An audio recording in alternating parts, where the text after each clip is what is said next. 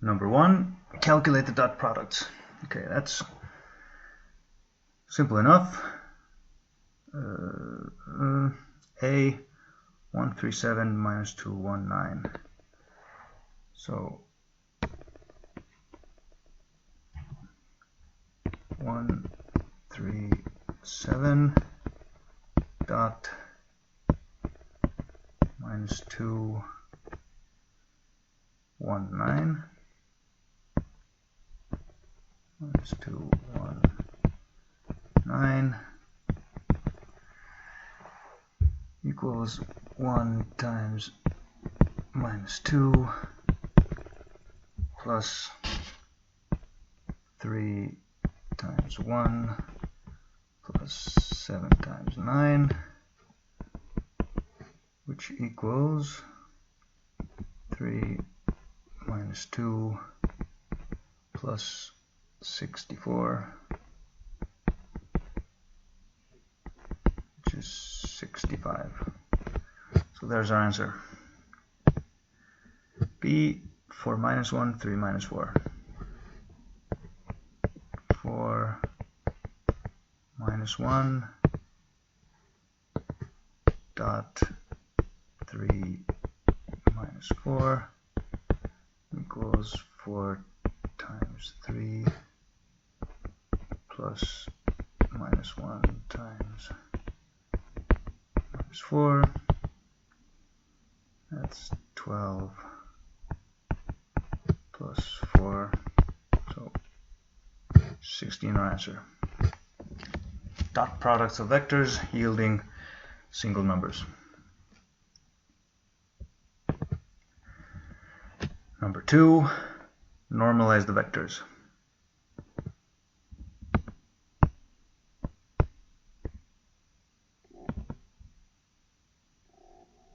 Alright, normalize the vectors. A minus 3, 4. So minus 3, 4 normalized equals minus 3, 4 divided by the length of minus 3, 4. The length of minus 3, 4 being the square root of minus 3 to the power of 2 plus 4 to the power of 2, 9 plus 16,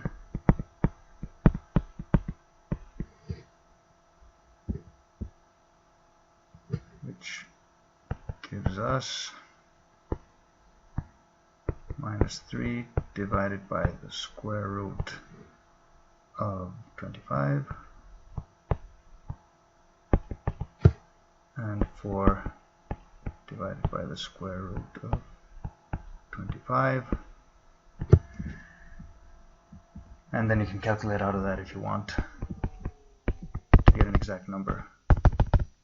Doing this in a program, obviously you'd end up with an exact number, but giving this answer on a test, it's pretty much enough to have it like this. It's more human readable this way, but you can give the exact numbers. If you then have to take this vector and use it in calculations onwards into other transformations or matrices, then obviously you'd have to find an actual number that you can use in the rest of the calculations.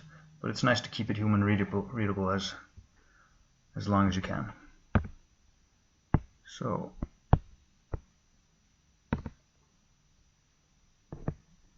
to B, normalize the vector 6, 9, 3. 6, 9, 3 normalized. Same thing, 6, 9, 3 divided by the length, 6, 9, 3, 6, 9, 3 divided by the square root of 36 plus 81 plus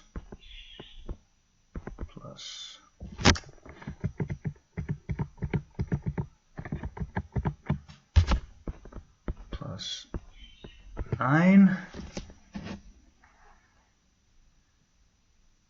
And obviously you don't have to keep this kind of in one single chain. If you feel better just calculating the entire length first and then adding it into and dividing it into the vector, no big deal. So that would be 6 divided by square root of, we got 45, 126,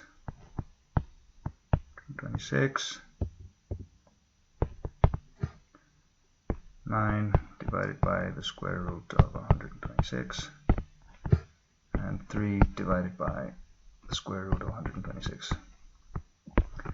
So we have the x, the y, and the z coordinates of this normalized vector.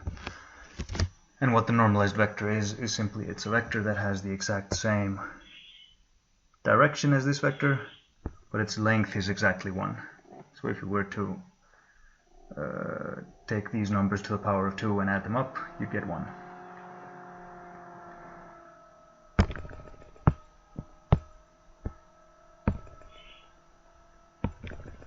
Alright, continuing. 3. Find the angles between the vectors 3, 4 and minus 12, 9.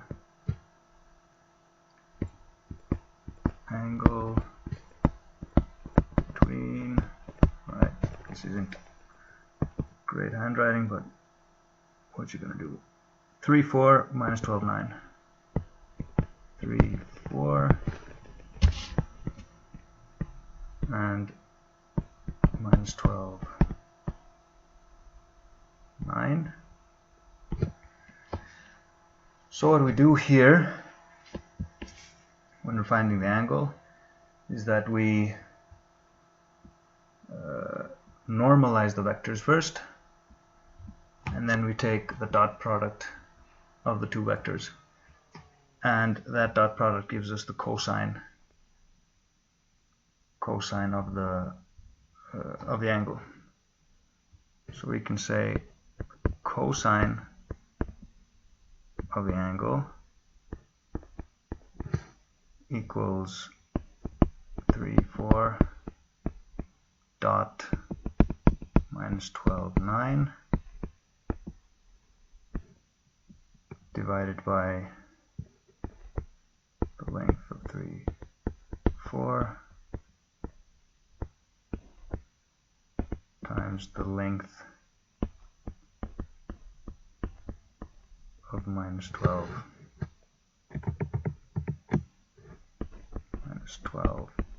9. So I'm going to wait before I divide the lengths into this, before I normalize the vectors, because there's a possibility you can see from just the dot product what the angle is, or at least come close to it. In this case we have 3 times minus 12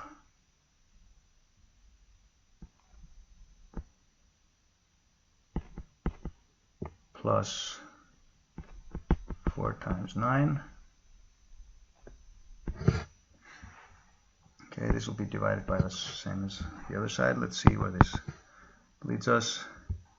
3 times minus 12 is minus 36 plus 4 times 9 is also 36 divided by, so what we end up here is 0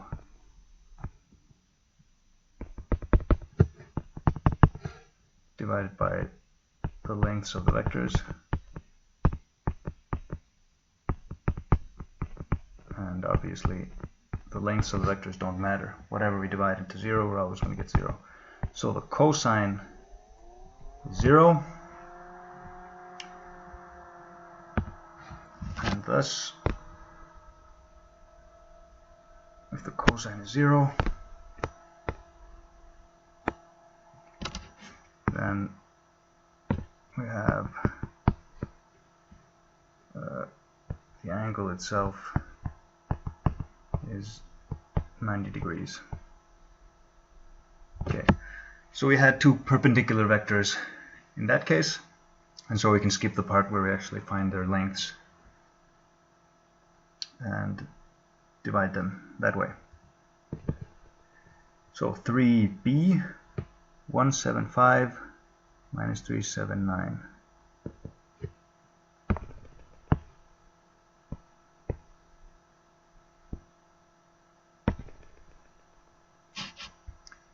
So angle between 175 and 379.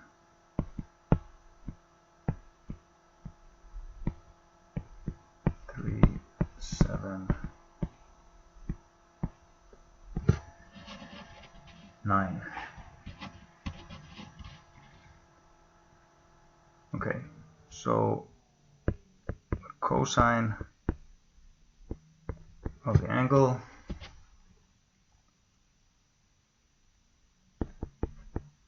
is the dot product between them. So the dot product between them being 1 times 3 plus 7 times 7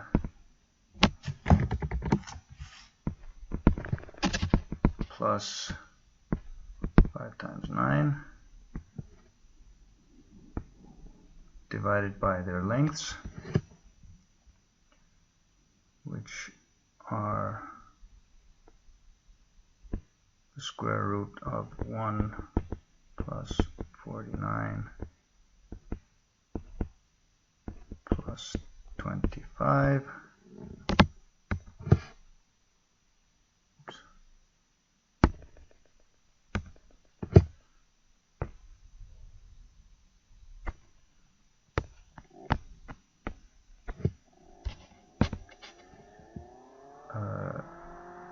times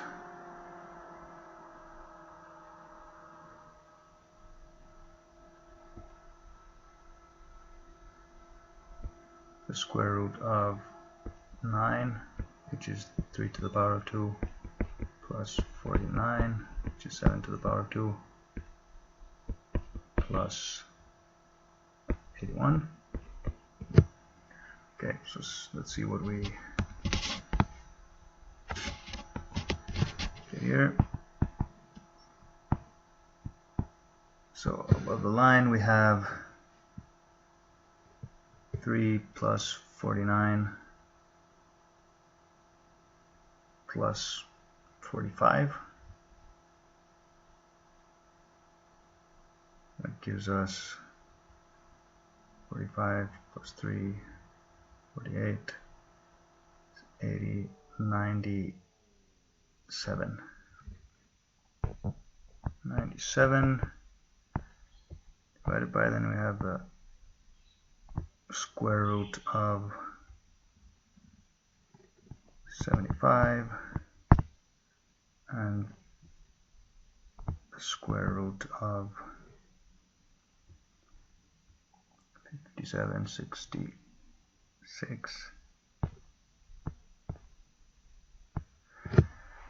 And the reason I can multiply these square roots here is simply that each of them was a multiplication factor, that is 1 over each of them was a multiplication factor into the vectors where I took the dot product, and you can always take a scalar to a vector outside of the dot product. So I just take both of those scalars outside, I leave the dot product between the vectors, and I take the normalization just as the multiplication of these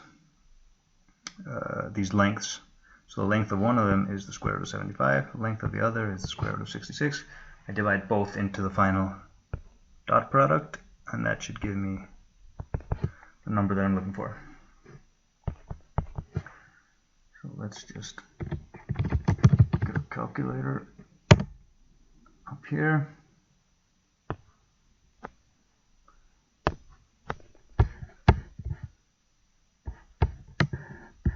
Like so. So we have 97 divided by 75 square root of this divided by 66 square root. So this is 1. Let's look at it again.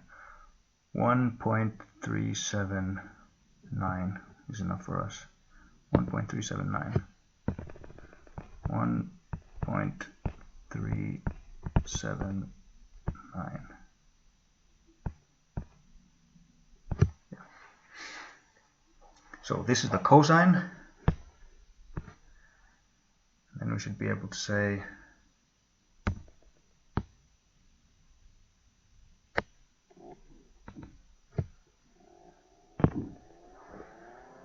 let's see if we have something more scientific.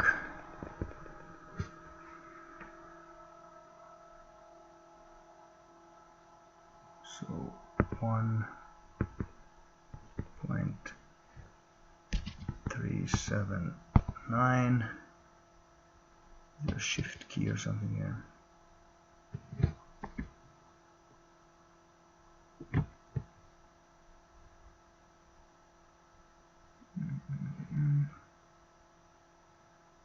Degrees.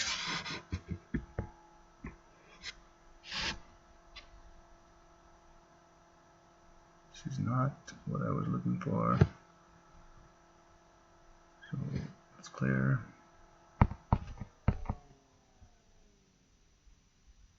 How do I get the arc cosine? Cosine of 0 is 1, obviously.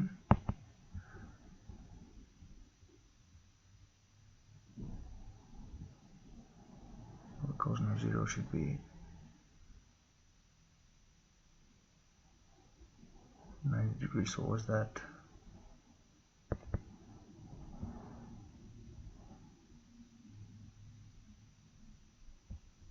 No, obviously, no. The arc cosine of 0 should give me 90 degrees.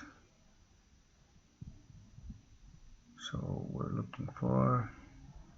here's the shift key. I missed that. Clear. Alright. 1.379.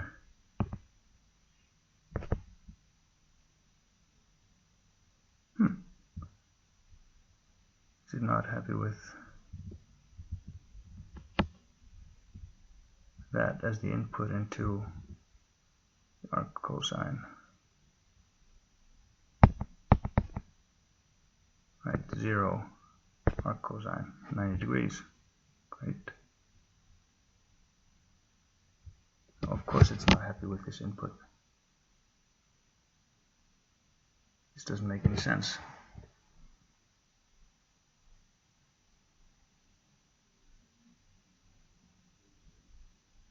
So where did we go wrong?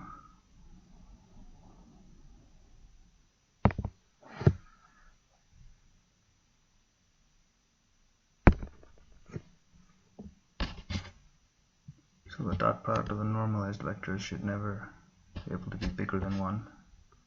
It should always be between -1 and 1. So what have we done incorrectly here? Okay, the dot product should be correct. Gives us 3. 5 times 9 is 45 plus 49.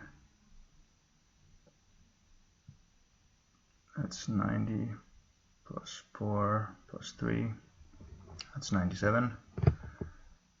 So we have the square root of 1 plus 49 plus 25. 9 plus 49 plus 81. Yeah, that'll be it. So this square root here should be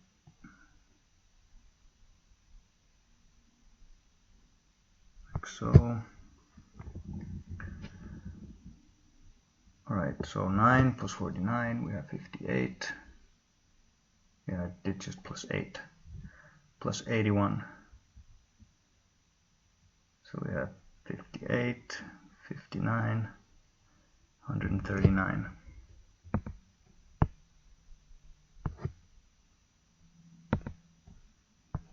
139.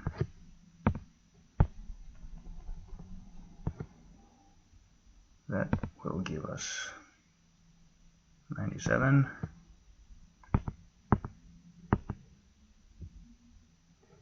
Take the shift key off. Divided by 75 square root. Okay, that's the same as before. Divided by 139 square root equals 0.95. Yeah, 0.95. That's nice. So okay, if the cosine equals that,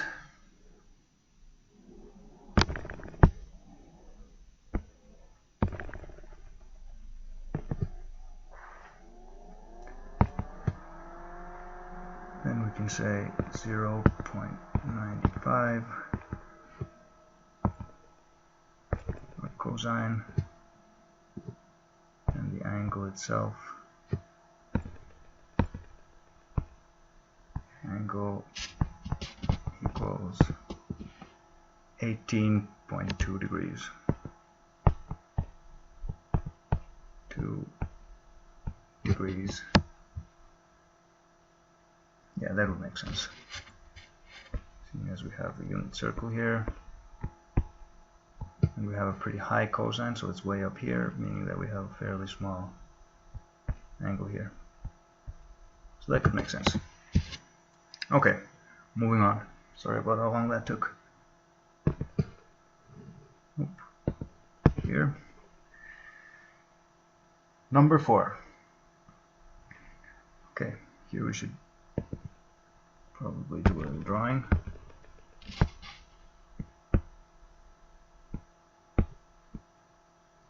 So number 4.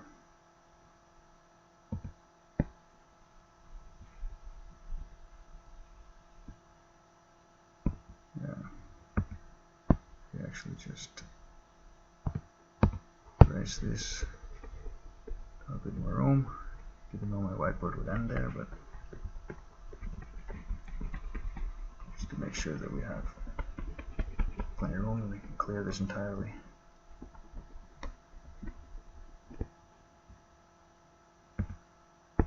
The next one.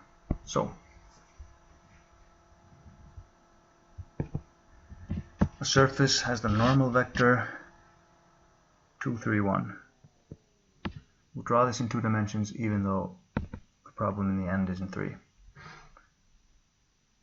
So let's just draw a super simple drawing and not even think about what the actual numbers are. Let's say this is our normal vector n, and it equals 2, 3, minus 1. 3, minus 1. A particle traveling along the vector 1, minus 4, 1. And again, we're not even this vector. Let's call it c equals 1, minus 4, 1. So this is nowhere close to being a correct image of these vectors. It hits the surface and bounces. And so we're supposed to do a reflection of this vector around the other vector. So again, in this very crude image, we're trying to find the vector r, which will be the reflected direction. And this is simple enough. We have the formula r equals, and you can find that in the recorded whiteboard session with intersections and reflections. If you go to that, you can also find a small PDF which just has the formulas written out, or you can go into the video, and in the beginning of the video the formulas are also simply written out. So r equals c minus 2 times c dot n times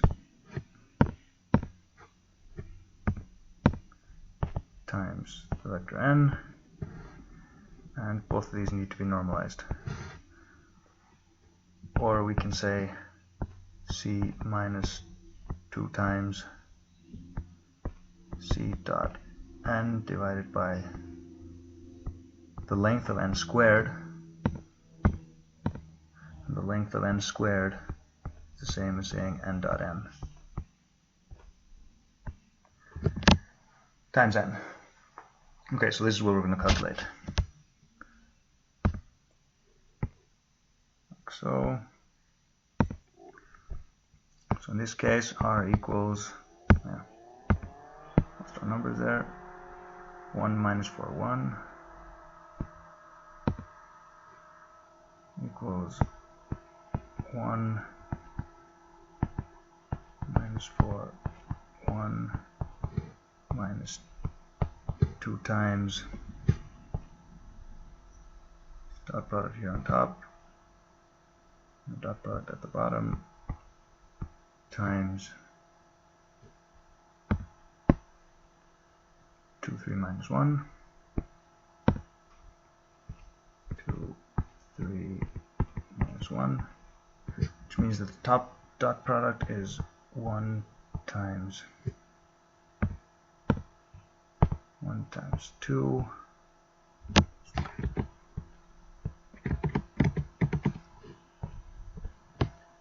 plus, or rather minus 4 times 3 minus 1 times 1 divided by n dot n, that's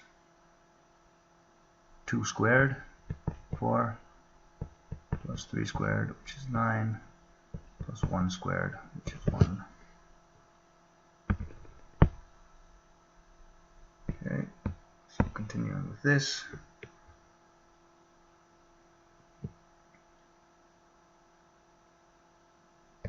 r equals 1 minus 4, 1 minus 2 times, okay, so we have 2 minus 12, that's minus 10, and minus 1. That's minus 11,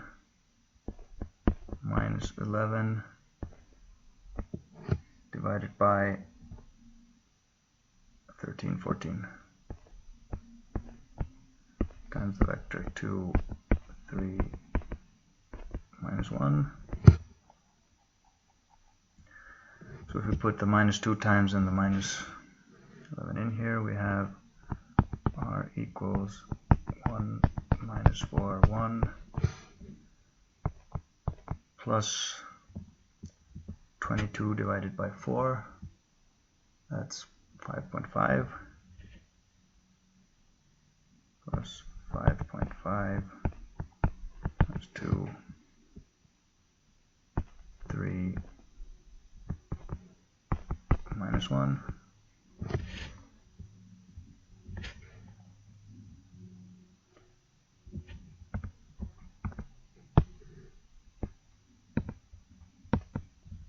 So r equals, now I can just take the whole thing together and say it'll be a vector where we have 1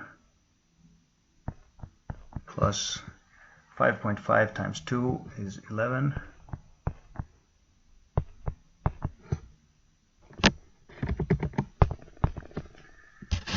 and the y coordinates will be minus 4 plus 3 times 5.5 is 16.5, 16.5, and the z coordinates will be 1 minus 5.5,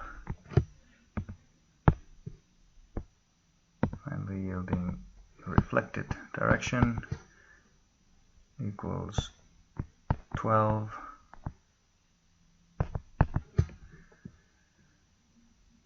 12.5 and minus 4.5. 12, 12.5 and minus 4.5.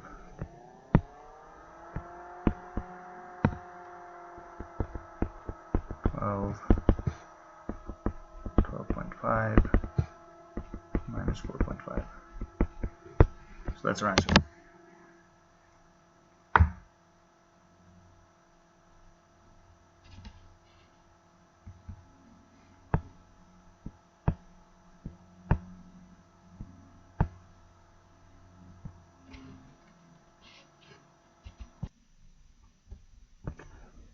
Number 5.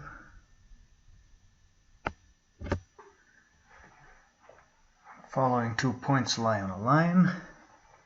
Give the point normal form for that line.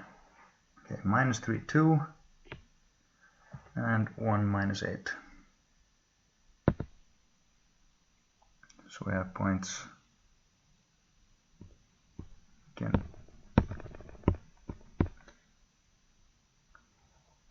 Okay, so it was minus 3. All right,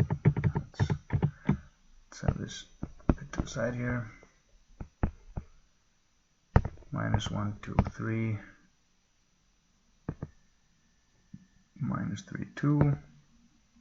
1, 2. So this would be one of the points. And the other point is 1, minus 8. 1, down 1, 2, 3, 4, 5, 6, 7, 8. Alright, so this is the other point. We have 2 points here, lying on this line. 2, 3, 4, 5, 6, 7, 8. Here's the other point. And so we have a line going through these points. And the question is, give the point normal form for that line. Okay, so now we can just call this point here B.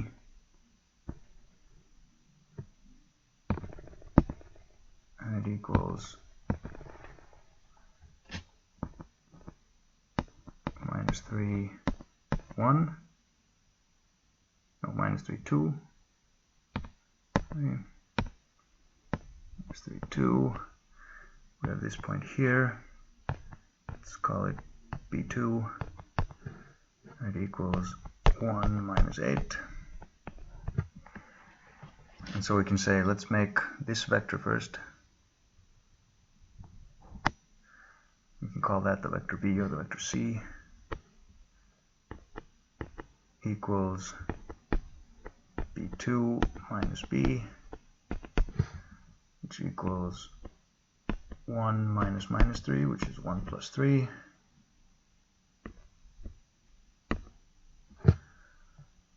And minus 8 minus 2.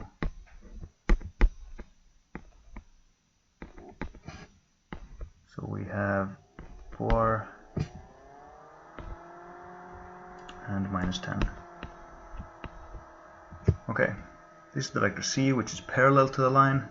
Now I say the vector that we're interested in is in fact the vector n,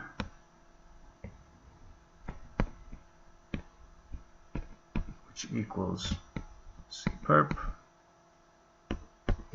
which equals, so we have 4 minus 10, then minus y, minus cy would give us 10, and cx would give us 4. So that's the vector n, but the point normal form in its entirety is we're asked to give the point normal form. Here we have the normal, it's 10, 4, so the point normal form would look like this.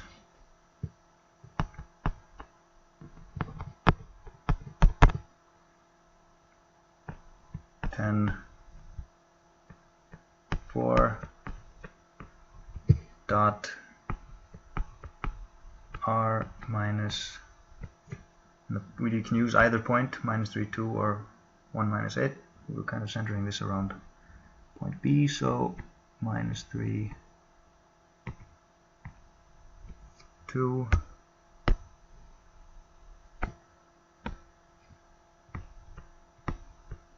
equals 0. So that's our point normal form, which is the answer to the question.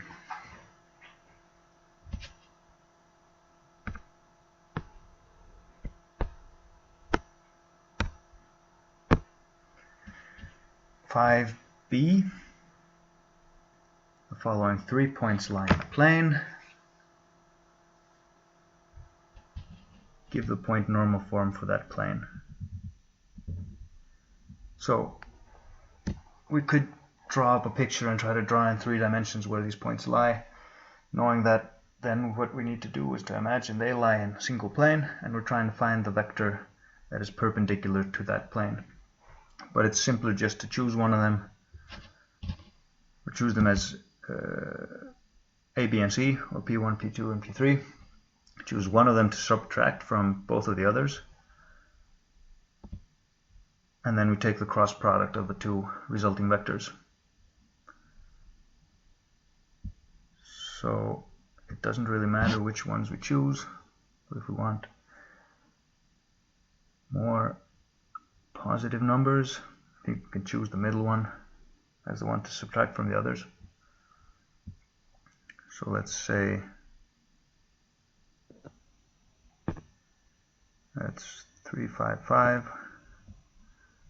Let's just say we have the vector v1 equals 3 5 5 minus 4 4 1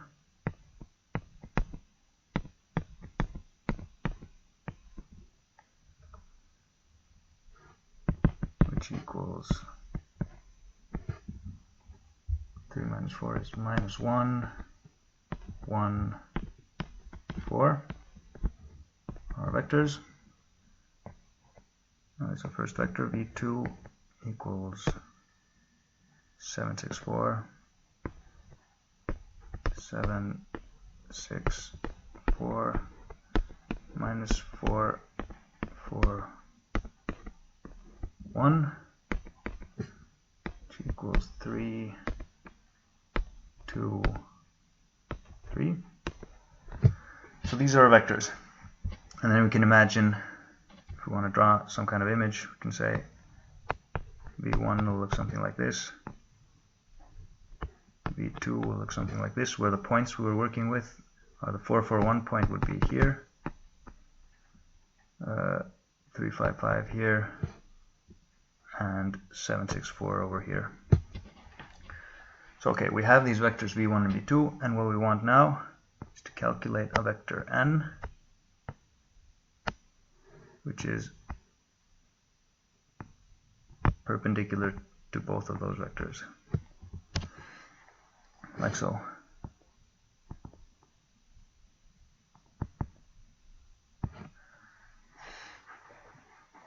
So the way to calculate that vector is by using a cross product. So n equals v1 cross v2 equals minus 1 1 4 3 2 3 minus 1 1 4 cross 3 2 3. Okay, so the cross product, you can just look that up in the slides with the vector lecture. But in this case, it would look like this. So for the x coordinates in the resulting vector, we would take the y coordinates of the first vector and multiply with the z coordinates of the second vector minus, and then we take the y coordinate or the z coordinates of the first vector, multiply those with the y coordinates of the second vector. Here we have what will be the x coordinates of this resulting vector. Then we just move one step ahead. So to make x, we use y and z. To make y, we use z and x in that order. So we kind of move like in a circle buffer and just go back to the start. So this will be 4 times 3 minus 1, so plus 1 times 3. 3 is both the x and the z coordinates of the vector v2. Okay, so here we have the y coordinates. The z coordinates will then be minus 1 times 2. We use the x coordinates of the first vectors times the y coordinates of the second one, minus the y coordinates of the first one times the x coordinates of the second one. And there we have our vector. So we'll calculate this. 3 minus 8 is minus 5. 4 times 3, 12, plus 3, 15. And minus 2 minus 3 is minus 5. So here's our normal vector. And that means we have to set up the point normal form. And we'll just pick one of these points to use. We'll use the 4, 4, 1 since we centered it kind of around that one. So 4, 4, 1 is the one we choose. So our point normal form will be minus 5, 15, 5 dot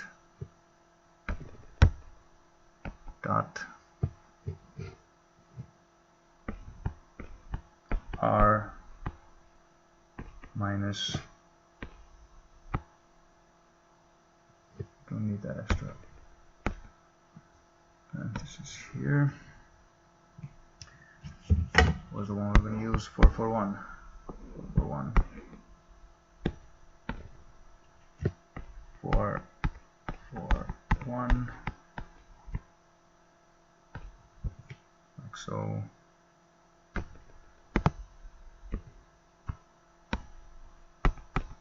Equals 0. Okay, so there's our point normal form now. So this is a legit point normal form, but in a lot of cases where we're going to use it in graphics, we would like to normalize that normal vector. So finding a vector with the same direction but unit length will help us throughout a lot of calculations in the future. Otherwise, we'll have to make sure that we're dividing with the length of n in the correct places throughout the entire program. In some cases that's faster, in some cases it's faster to do it once and then send it normalized in and ask OpenGL not to have to normalize all of our vectors.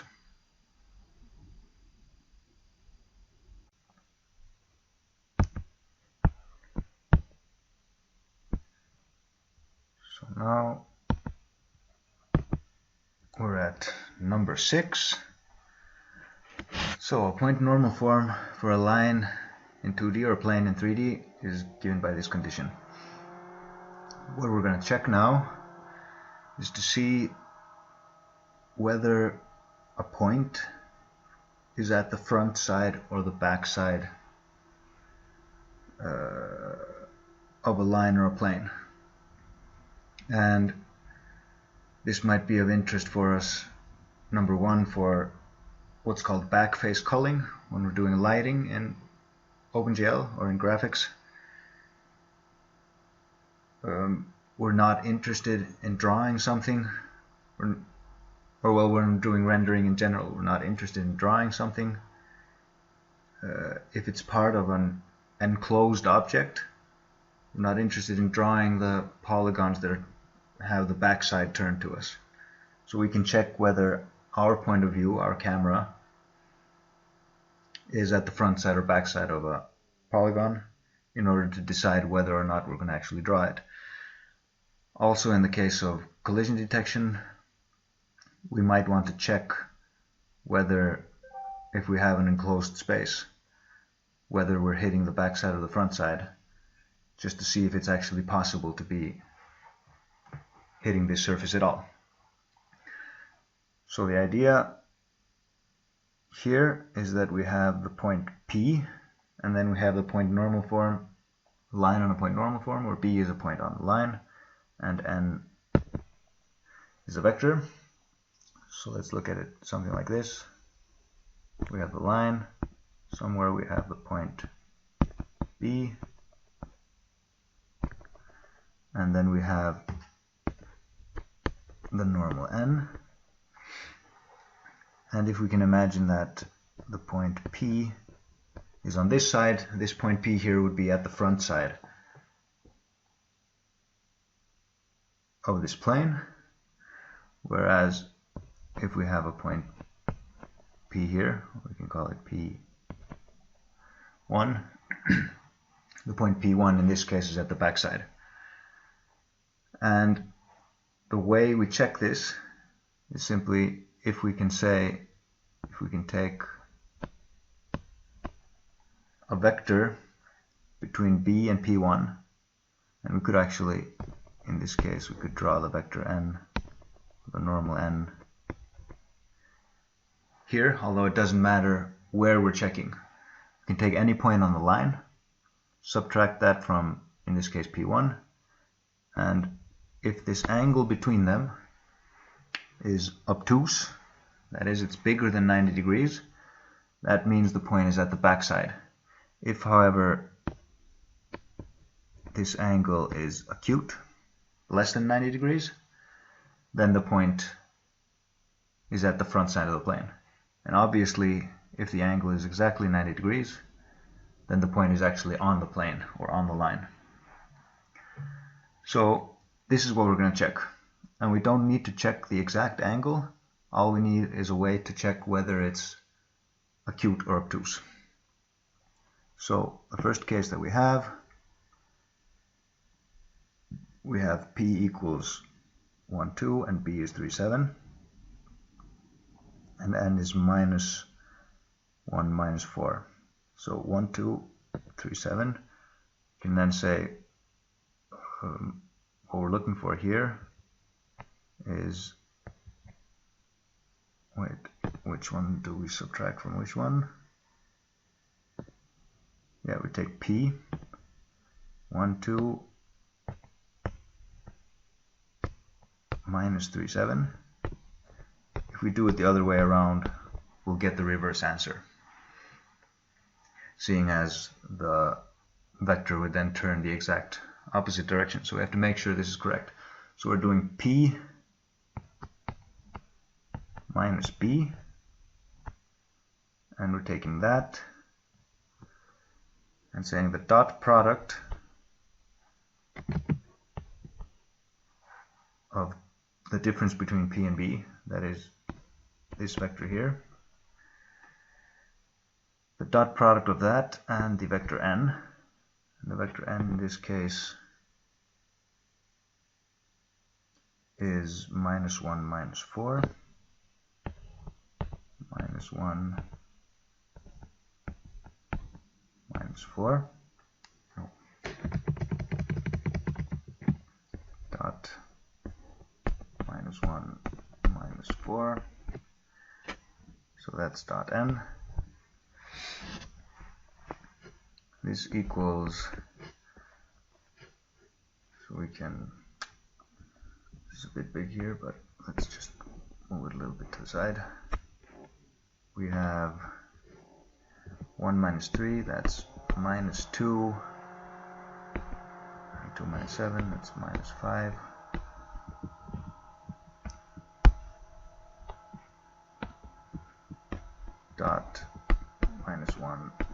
minus 4.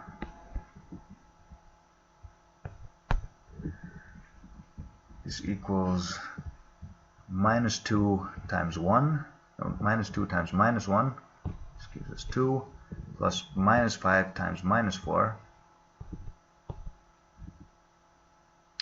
Minus 5 times minus 4 is 20. Either way, we get 22, and 22 is greater than 0. And if the dot product is greater than 0, that means the angle is less than 90 degrees. And if the angle is less than 90 degrees, angle is less than 90 degrees, means that P is at the front side. Okay, not great at writing on the screen here, but P is at the front side in this case. So, second one, do exactly the same. The only difference is it's in 3 dimensions. So we do minus 2, minus 1, 3, minus 2, minus 1, 3, minus, that's P minus B, 0, 0, 2, 0, 0, 2, dot N, which is 2, 7, 1, 7, 1. So that gives us minus 2, minus 1, 1, dot 2, 7, 1, which equals minus 2 times 2 is minus 4, plus minus 1 times 7, that's minus 7, plus 1 times 1, plus 2, that equals minus 4 minus 7, gives us minus 11 plus 2, that's minus 9. Either way, this is less than 0, which means the angle is greater than 90 degrees.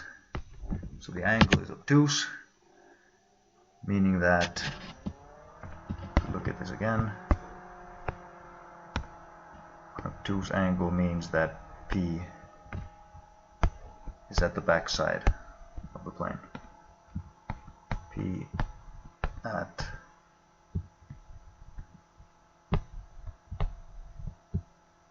back side. Great. There. There.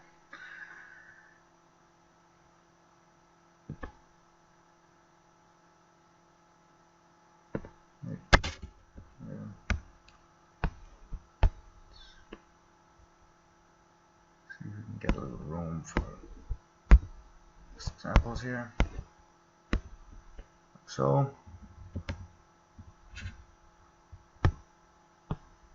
we have number 7.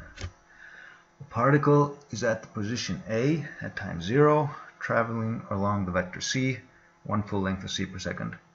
What is the particle's position at the time t when AC and t are the following? So the idea here is simply that we have the point, we have a point A, and it's traveling along a vector c, and so in 1 second the particle starts out there. It should be here at this point, which is the point A plus 1c. So A plus c is the point that's here. However, we have a different time, so we basically have to take a ratio of the vector c and add that to the point A to find out where this particle, which is moving along c, ends up. So A, we have 0, 0, 3, 5, and T1.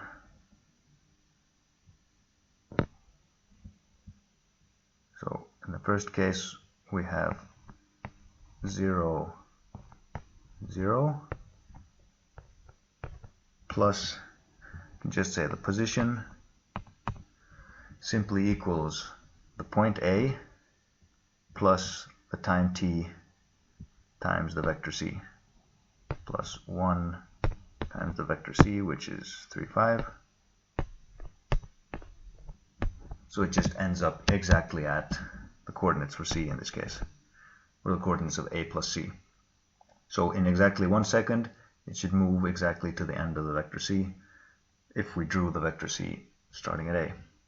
So that's simply 3, 5. Simple enough in this case.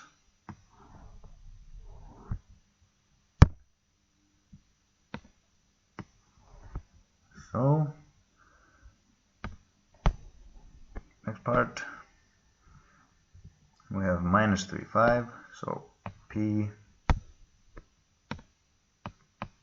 equals minus 3, 5 plus the T is 3.5 plus 3.5 times the vector C, which is 2 minus 7.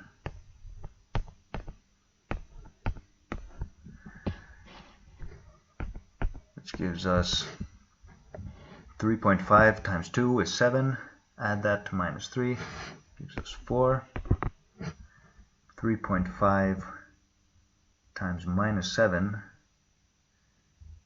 is 21, 24 and a half. So that's minus 24 and a half, which we add to 5, which gives us 19 and a half. Minus 19 and a half.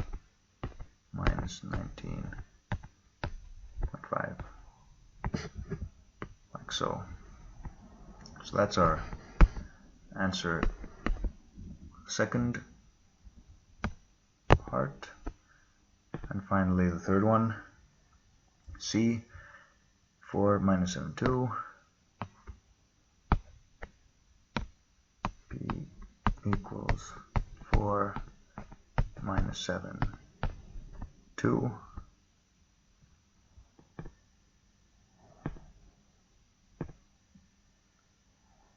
T is 0.02 plus 0.02, which is something that we can imagine is an actually normal frame time. So if we're working in frames, this would be running at 50 frames per second.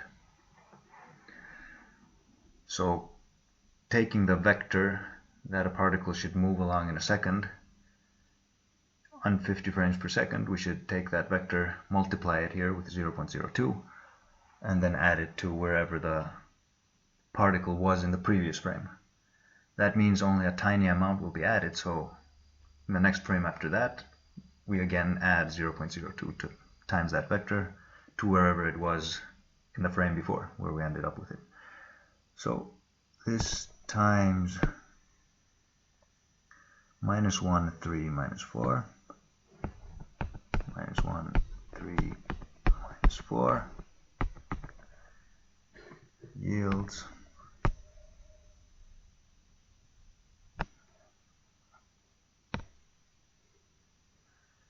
0.02 times minus 1 is obviously minus 0.02, so this will give us 3.98.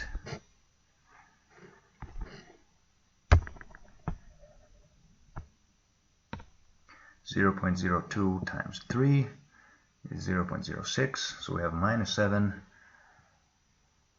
plus 0.06, So that'll give us minus 6.94.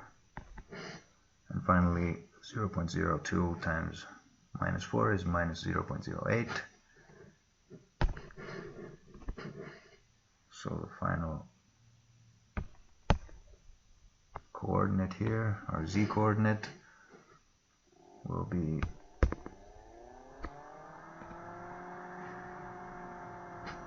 1.92. So that's our final result.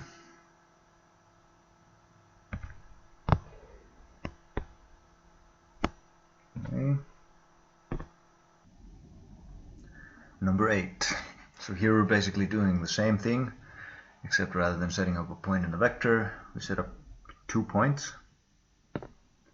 And we say we have the point A and we have the point B.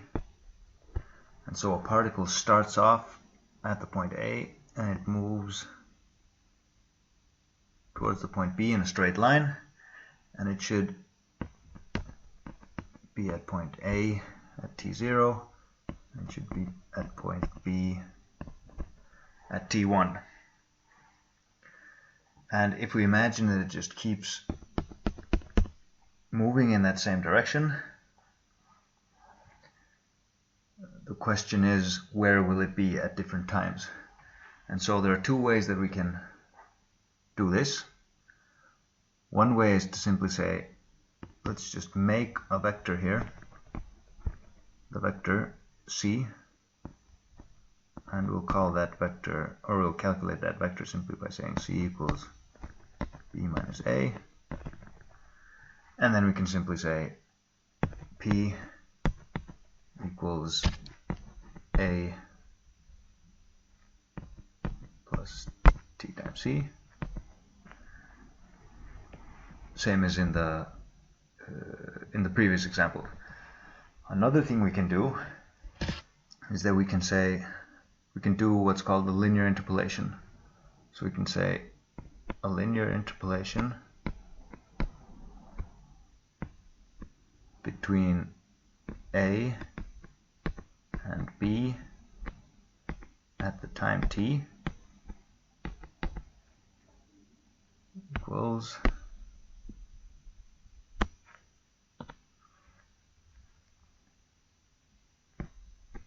one minus t times A plus t times B. So what we're doing here is basically taking a weighted average of the points A and B. We can see that at the time t equals 0, we get 1 minus 0 times A, which is 1A, and t times B, which is 0B. So we get no B, 1A, so we're exactly at the point A at the time 0. If we put in the time 1, we get 1 minus 1 times A, which is 0A, plus 1B, which is exactly B. So at t equals 0, we're at A. At t equals 1, we're at B. At any other time, we're at a weighted average of these points.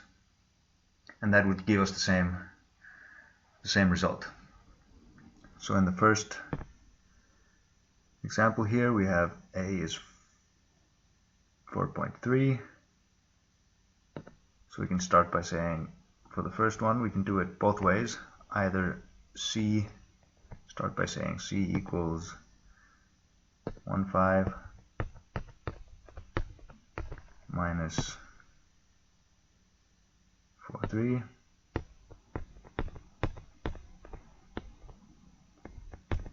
Which gives us minus 3,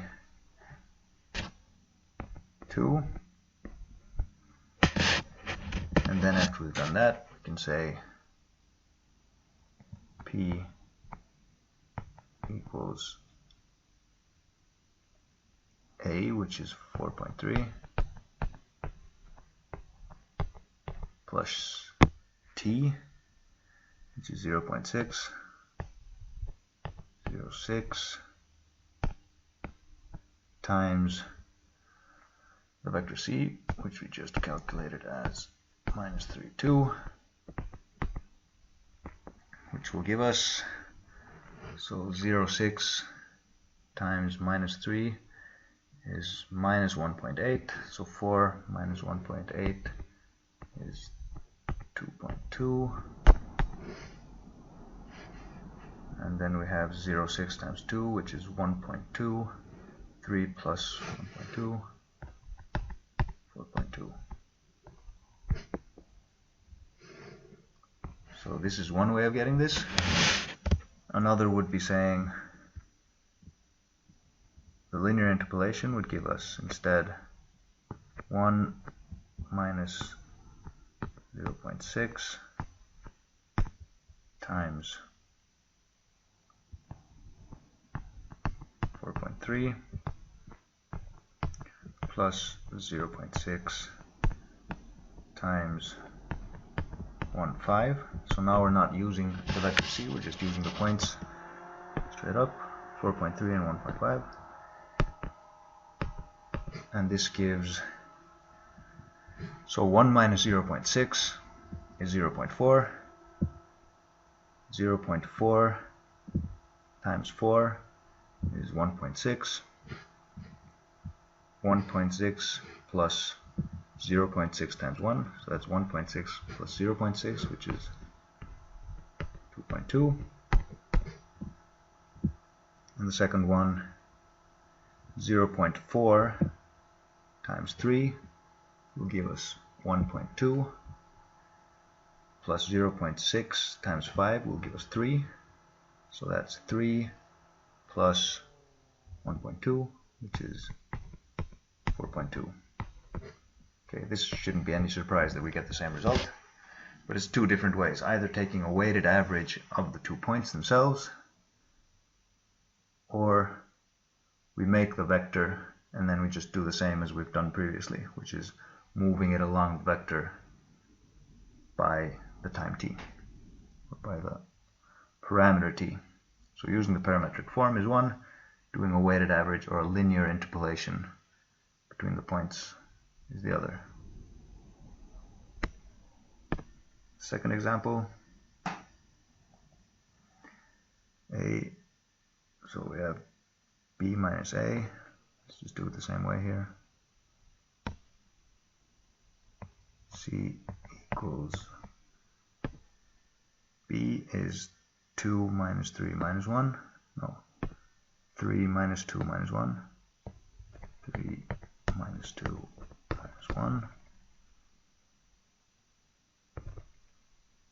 minus, no, that wouldn't be, that was a.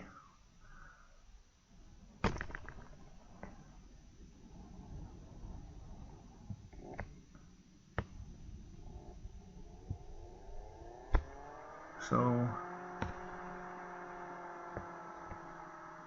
b was 5, 1, 3. 5, 1, 3 minus a, which is 3 minus 2 minus 1.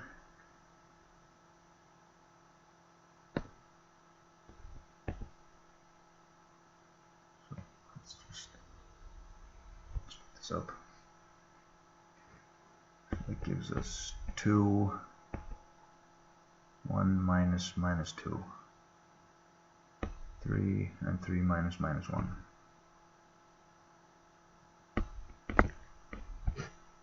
4. Then we have p equals a, which is 3 minus 2 minus 1, plus t, which is 1.2 in this case, 1.2 times the vector c, which is 2, 3, 4. So we have 3 plus 1.2 times 2 is 2.4, so 5.4, 5.4, 1.2, we have 3.6 on this side, minus 2, that's 1.6, and we have -1, and we have 4.8, that's 3.8. That's one way of doing it. The other way, we simply take time here, 1 minus 1.2. And of course the linear interpolation makes the most sense when we're using values for t between 0 and 1. But it'll hold true even outside of that. So here we're going to end up getting minus 0.2. And in the other case we'll get 1.2s. But either way we're going to end up with a legitimate linear interpolation. So this times a, which is 3 minus 2 minus 1, plus 1.2 times b, which is 5, 1, 3.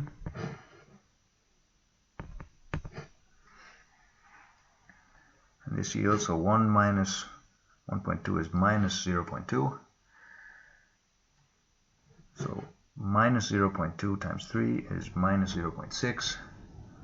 1.2 times 5 is 6. So we have 6 minus 0.6, that's 5.4. Then we have minus 2 times minus 0.2, that's 0.4, plus 1.2, that's 1.6. And then finally we have minus 0.2 times minus 1, that's 0.2, plus 3 times 1.2, which is 3.6. That's 3.6 plus 0.2, 3.8. So same result in both cases, just different method.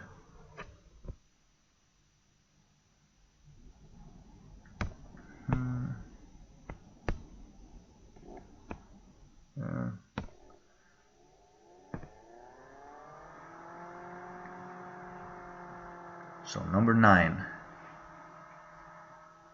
In which point does the ray given here intersect with a plane with this point normal form? So here we already have formats of the ray and the plane set up for us conveniently, so we should just be able to go about setting up our t-hit and p-hit formulas.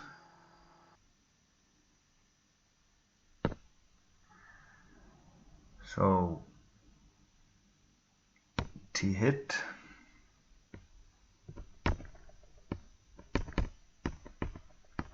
equals n, normal to the plane, dot b minus a, difference between the point on the line and the point on the ray, divided by n dot c.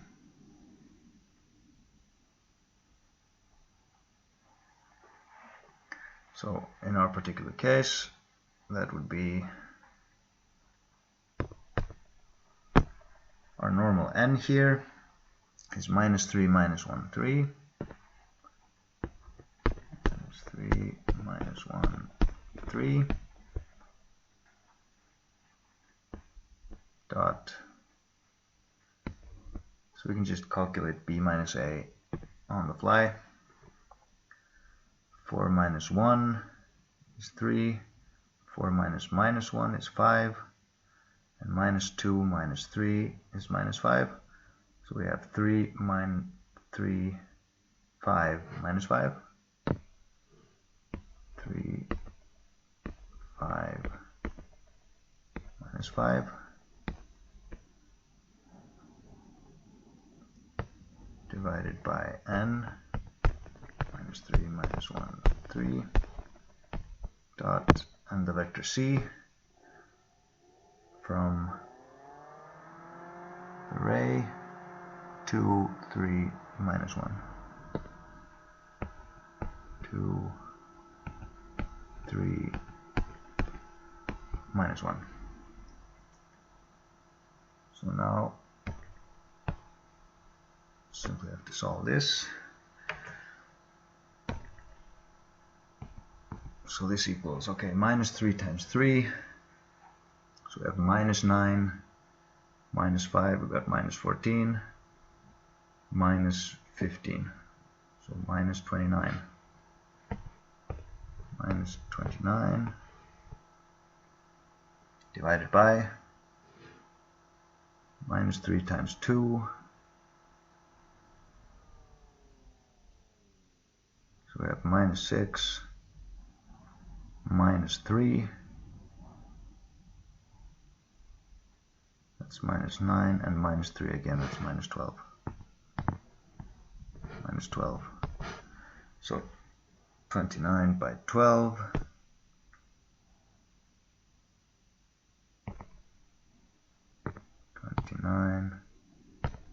Divided by 12 equals 2.427, just 2.42, depends on how exact we want to be. 2.427. So this is our t-hit. However, the question here is, in which point does the ray intersect with the plane? So we need to continue, and we say p-hit, which is what we're actually looking for, equals a 1 minus 1 3 minus 1 3. We could actually, just to write this up completely, let's just say equals a plus t-hit times c, which equals 1 minus 1 3 1 minus 1 3 plus t-hit is here, 2.427 2.427 times c, which is 2, 3 minus 1, 2, 3 minus 1,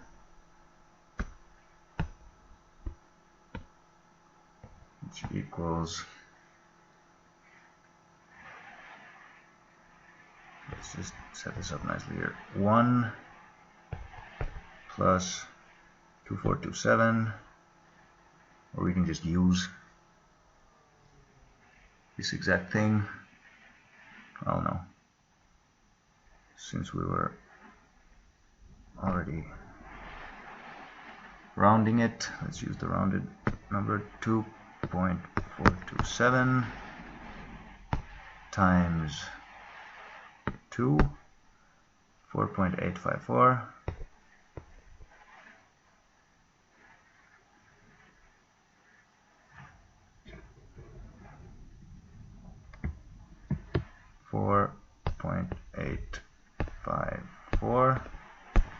Okay, that's the first part. And we have minus 1 plus 3 times 2.427, 7281, 7281, and finally we have 3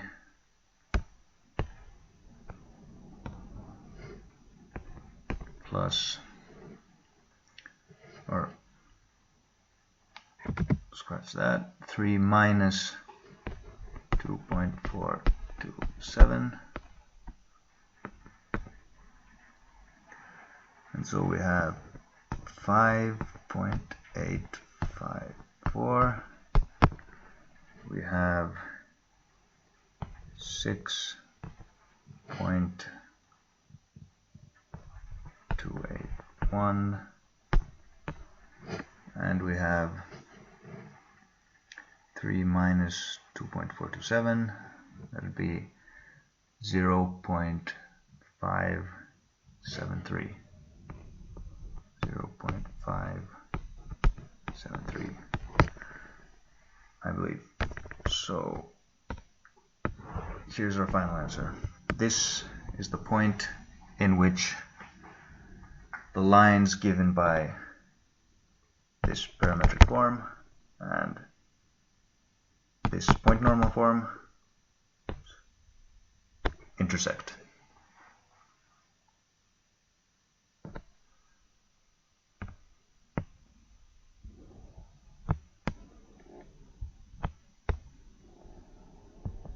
T-hit first gives us the time, and then we use the time to find p-hit.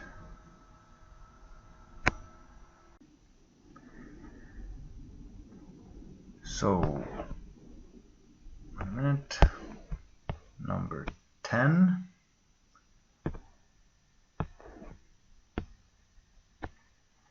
I'm leaving that one out of this solutions video for now. Once you've solved all the other ones and gone through the methods in the recorded whiteboard session, which is kind of going through all the ideas behind this, you should be able to solve this one on your own and kind of figure out the entire thing you need to do here, which is start by taking the formats at which the ray and the line is given, put it into the correct formats for what you're going to do, find the intersection, find exactly when it happens, move the particle along until it actually or to the time when it hits the other line, or when it hits the obstacle. Find the reflected direction and take that reflected direction and move the particle along from the intersection point and to its final position by using the remainder of the time from 0 to 1. So move it along the first vector by the time from 0 to t-hit, or by the time t-hit, and then take the remainder of the time, or 1 minus t-hit, and move it to its final destination along the reflected vector after you found the hit point and the hit time and the reflected vector. So calculate all of these, use all of these, and answer this question, but the solution will be added to this video before the end of the week.